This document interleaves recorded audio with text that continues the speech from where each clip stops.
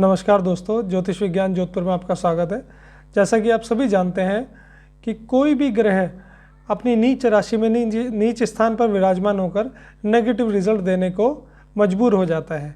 विवशतापूर्ण वह बहुत ही negative result देता है।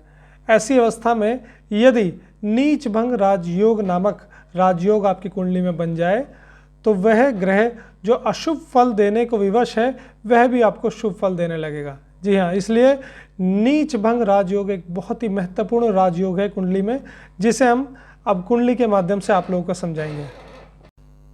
मैंने यह कन्या लग्न की कुंडली बनाई है।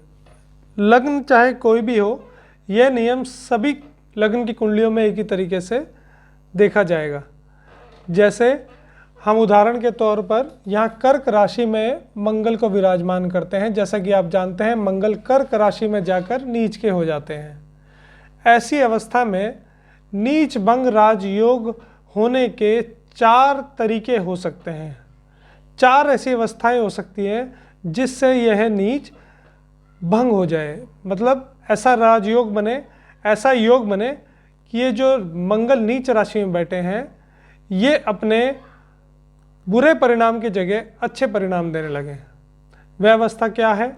वह अवस्था यह है कि जब कोई भी ग्रह किसी भी भाव में जाकर नीच का हो जाता है, जैसे मंगल इस भाव में नीच के हैं, तो इस भाव की स्थिति को बचाने के लिए इस भाव का स्वामी, जैसे कर्क राशि के स्वामी आप जानते हैं चंद्रमा है, यदि चंद्रमा यहाँ स्वयं विराजमान हो जाए तो यह नीच भंग राजयोग हो जाएगा। इसी में दूसरी अवस्था यह हो सकती है कि मान लीजिए चंद्रमा यहाँ विराजमान ना होकर यहाँ विराजमान हो जाए।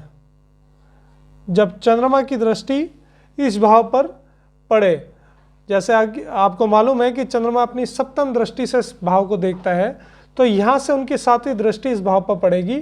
ऐसी अवस्था में भी इस भाव का नीच भंग हो जाएगा। तीसरी अवस्था जो है वह तीसरी अवस्था यह है, यदि इस भाव में कोई ग्रह आकर ऊंच का आकर बैठ जाए। जैसा कि आप जानते हैं कर्क राशि में गुरु ऊंच के होते हैं, तो यदि यहाँ पर गुरु विराजमान हो जाए तो भी यहाँ नीच भंग बन जाता है। इसी तरह जो चौथी अवस्था नीच भंग की यहाँ बनती है वह यह है, जो इस लग्न में नहीं बनेगी। यदि कोई ग्रह इनमें से किसी भाव पर या किसी ऐसे भाव पर जहाँ से इस भाव पर वह दृष्टि डाले और वह ऊंच का होकर बैठ जाए तो भी ऐसी अवस्था में नीच भंग राजयोग बन जाएगा। अब इसमें जो विचारणीय बात है वो यह है कि मान लो कोई ग्रह किसी भी अवस्था में नीच भंग कर रहा है तो हमें उसमें यह ध्यान देना, जैसे हमने यहाँ पर देखा था कि गुरु ऊंच का होकर नीच भंग कर रहे हैं, ऐसी अवस्था, या फिर यहाँ पर चंद्रमा बैठकर नीच भंग कर रहे हैं, या यहाँ से चंद्रमा या गुरु की दृष्टि डालकर नीच भंग कर रहे हैं, ऐसी किसी भी अवस्था में नीच भंग तभी होगा यदि उस ग्रह का बलाबल मंगल से मजबूत होगा। मंगल से ज़्यादा पावरफुल यदि वह ग्रह है तो ही वह मंगल के नीच को भंग करने में सक्षम होगा। यह आप ग्रह की डिग्री से समझेंगे। फॉर सपोज यहाँ पर मंगल मान लीजिए 4 डिग्री के हैं। आपको पता है कि यह सम राशि है और सम राशि के अंदर यह 4 डिग्री एक मृत अवस्था है।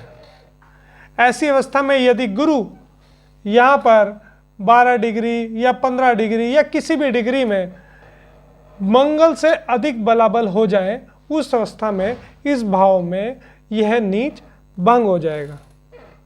आशा करता हूँ यह जो नीच भंग राजयोग महत्वपूर्ण विषय आपको अब आसानी से इस वीडियो के माध्यम से समझ में आ गया होगा। आने वाले समय में भी कुछ इस तरह के इम्पोर्टेंट विषय लेकर, जिसमें जो मेरे भाई लोग, मेरे मित्र दोस्त जो ज्योतिष की विद्या प्राप्त करना चाहते हैं या कर रहे हैं, उनको कुछ इस तरह के विषय सामने पड़ जाते हैं जिसमें उनको कन्फ्यूज़न हो जाता है या याद करने में कुछ कठिनाई होती है, कुछ इसी तरह के विषयों का सिलेक्शन करके मैं आप लोगों के समक्ष आऊँगा और उनको बहुत सरल भाषा में समझाने का प्रयत्न करूँगा। कोशिश करूँगा कि आपको एक बार वीडियो देखने के मात्र से ही वह टॉपिक, वो विषय आपको याद हो जाए, जो आप कभी भूले ना। और जैसा मैंने आपको बोला है, मैं बीच बीच में कुछ इस तरह की वीडियो भी लाता रहूँगा जिसमें कुछ इस तरह के रोचक तथ्य होंगे, जिसको सुनने में आपको बहुत अच्छा लगेगा। यदि आप ज्योतिष के बारे में कुछ भी नहीं जानते तो भी आप कुंडली देखकर उन नियमों को अपनी कुंडली में लागू करके देख पाएंगे, इसलिए आपका इंटरेस्ट उसमें बना रहेगा। धन्यवाद।